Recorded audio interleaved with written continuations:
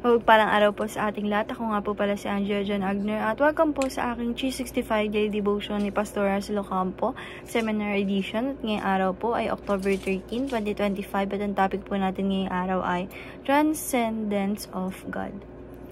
And tatlong dahilan para magtiwala sa Diyos. And yung scripture po natin ngayong araw is Isaiah chapter 55 verse 8 to 9. And yung sabi po dito sa ating concept na transcendence of God. To say that God is transcendent means He exists above, beyond, and independent of His creation. He is not bound by time, space, or matter. Unlike His creatures, He is wholly other and infinitely greater than all He has made. Scripture reveals God's transcendence in passage like Isaiah 55 verse 8 to 9. My thoughts are not your thoughts. It reminds us that He rules over all, cannot be reduced to human categories, and deserve our all fulfilled worship. And yung sabi po dito sa ating scripture na Isaiah chapter 55 verse 8 to 9, sapagkat ang aking mga pag-iisip ay hindi ninyo mga pag-iisip, ni ang inyong mga pamamaraan ay aking mga pamamaraan, sabi ng Panginoon.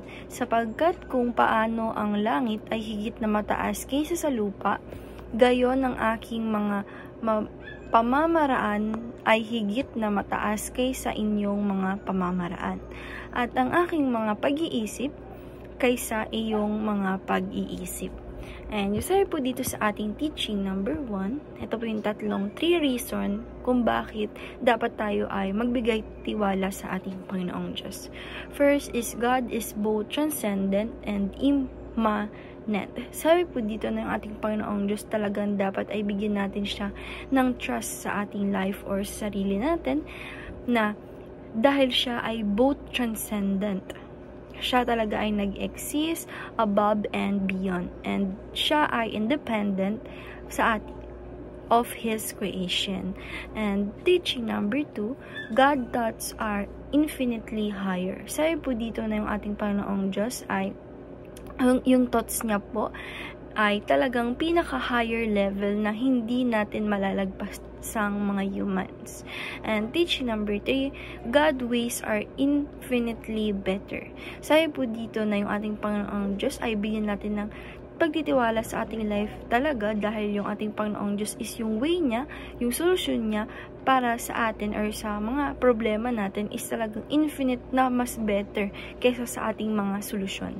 And application number 1, repent by changing your mind. Sabi po dito na i-apply po natin sa sarili natin or sa life natin na dapat na magbigay tayo ng mag-repent tayo sa ating Panginoong Diyos, na ito yung makakapagbago sa ating mga mind. And application number 2, rely on God's plan and wisdom. Sabi po dito na apply po natin sa sarili natin or sa life natin na tayo ay laging mag-rely sa plano at wisdom ng ating Panginoong Diyos. And application number 3, respond with complete trust. Sabi po dito na apply po natin sa sarili natin and sa life natin na lagi tayong magre-respond sa ating Panginoong Diyos and magbibigay ng complete trust sa Kanya. And there lang po ngayong araw. Maraming salamat. God bless.